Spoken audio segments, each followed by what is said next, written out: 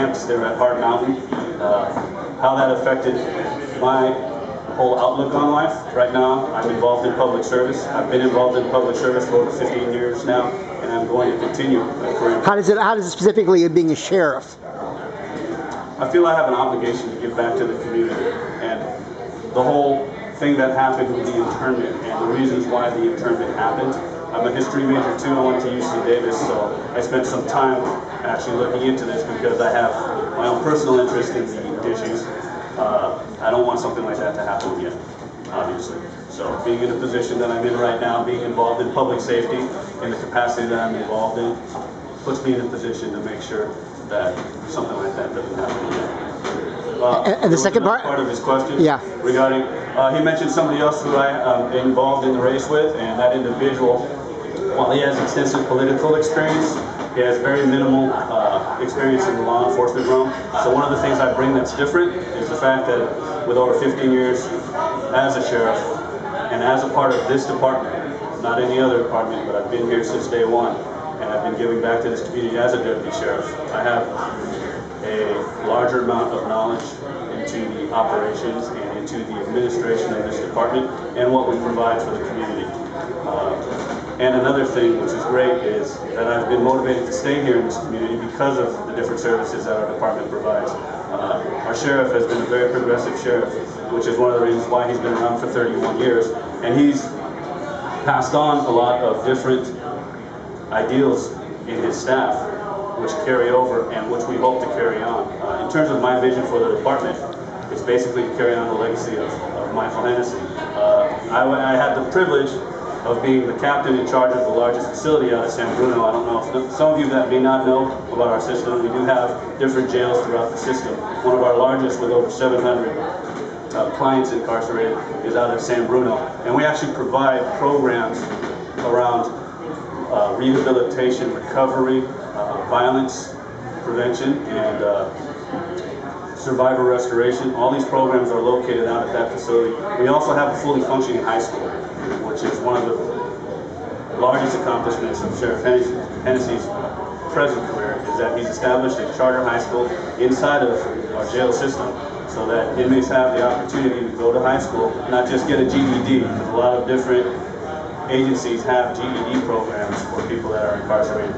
Our sheriff had the vision and insight to actually go out, go to the school, go to the Board of Education, get a charter for a school, and provide that so that people that go through the system, once they graduate with a high school diploma and not just a GED. That's something I had the pleasure of being a part of when we opened it back in 2005. I came back as a captain. I was able to administer it for the last 2 years, and those are the kind of things that I think I bring to this. All right. So you don't differ on any major issue with Supervisor Mirkarimi then? There's no major issue that since he's also presumably carrying on Sheriff Hennessy's tradition. You don't have any strong philosophical disagreements about anything. In terms of the department itself, one of the things that I bring to the table is not just that we both agree philosophically with the sheriff's vision and the direction he's taken this department over the years, but I've been doing that every day. As a member of the department, it's been my job to actually carry out the sheriff's vision every day, and that's something I still continue to carry out. Yes? We have a sheriff's department, we have a San Francisco police department. There's been a lot of rumors over the years about merging the two because they duplicate a lot of services and duplicate a lot of salaries. What's your position on that? Well, that's interesting that you mentioned the word duplicate. Just to kind of dissuade any of those rumors, as you say, one, sheriff deputies actually make less than a police officer does. The salary disparity can be anywhere from $10,000 to $20,000 depending on the rank or level. But we actually make less than officers do, even though we have more training in terms of what we're given as our foundation.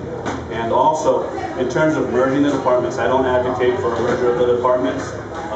Our department is actually involved in a number of specialized duties that the police department does not function in. And we actually have a separation of duties. The city charter mandates that we perform certain core functions, the jails, the courts, even the management of the election.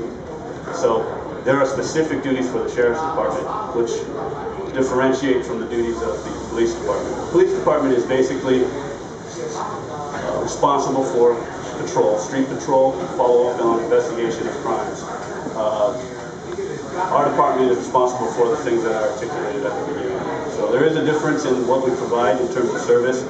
We are all part of public safety, and when there are times of crisis, times when there are issues, problems, natural disasters, large-scale disturbances or problems, then of course we all come together in the service of public safety. But there are differences in our day-to-day jobs, which I wouldn't advocate a merger for. How would you legitimize people who truly need help versus the people who are transients and don't need the same amount of assistance as people who are truly handicapped would need? People who are handicapped need real assistance. And there's a lot of transients in the city, like on Upper Haine, who don't need the same assistance as other people do. How would you provide real assistance to people who need it versus the people who are trying to gain it by, I think I understand what you're trying to ask. One of the things about the Sheriff's Department, we provide services, not just for people that we're responsible for in custody, but we also provide what you could describe as outpatient services. People who are out, there is a large number of our population that we're responsible for, who we provide services to, who are court mandated to be on probation, electronic monitoring, serving in our work alternative program, serving in other areas outside of being in custody. Those are the people that we're responsible for as an agency.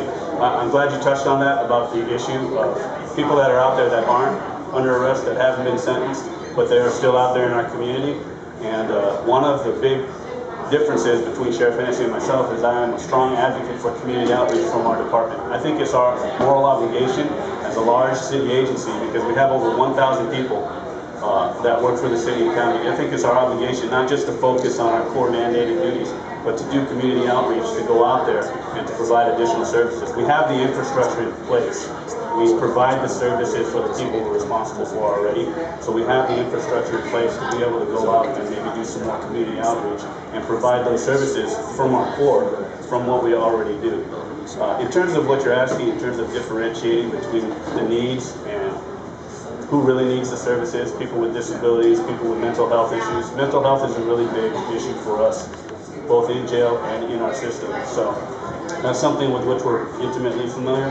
And I think I understand what you're saying about people who may be utilizing city services when there's no need for them to, when they can go out and take care of themselves if they apply themselves. I think that's what you're saying, correct? Okay.